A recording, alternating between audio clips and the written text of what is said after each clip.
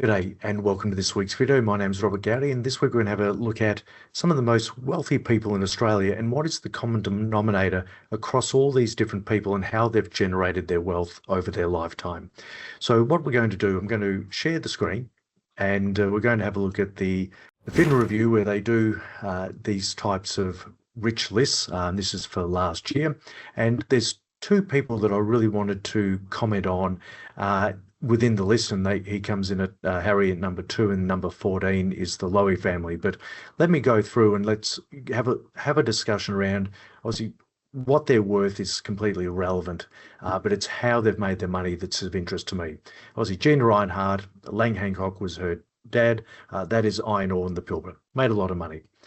Harry Triguboff they call him Harry High Rise, and what he's done over his working life is he has essentially been an apartment developer. I think started in Sydney and no doubt has done it across Australia, but he saw a niche where he could build these apartments, high rises, high density accommodation and sell them off.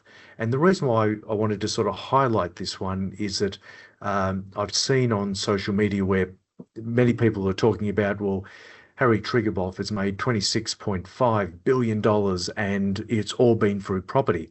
Well, it's been through property development, not property ownership. Now, more than likely, he owns a whole thousands of apartments right now.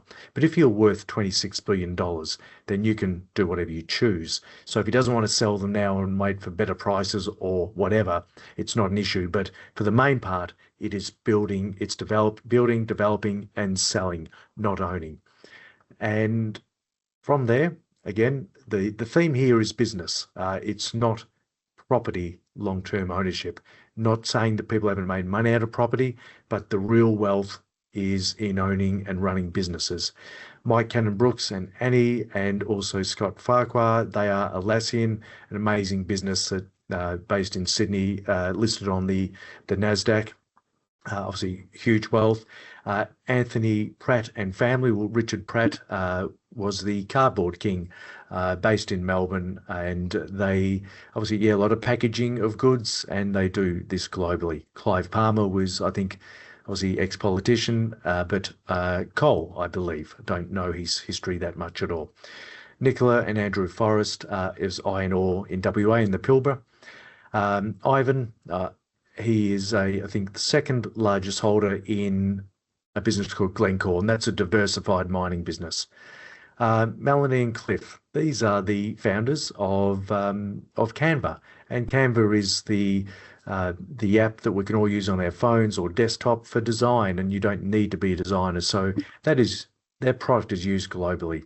Richard White is in the business of designing software for shipping and logistics, and that is sold worldwide. And so that is an amazing business, amazing product. Kerry Stokes, obviously Channel 7, I believe he has the distributed rights for the CAT machines, the loaders, the graders, and so on, but a very diversified business.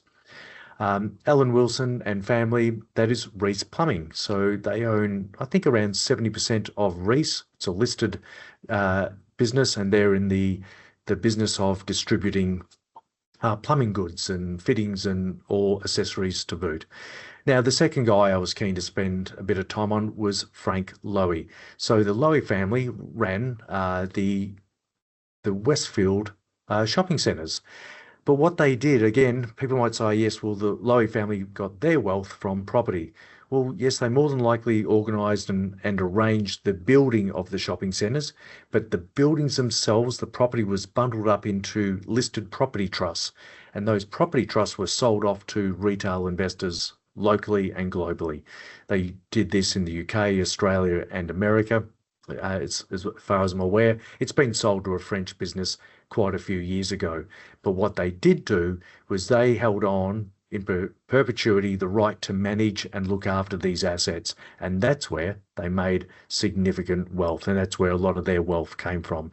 So two that might be listed as property, well, they, for the most part, didn't really own it. And they may have managed it or they may have built it and sold it. And that's where the value has arisen from over time. So the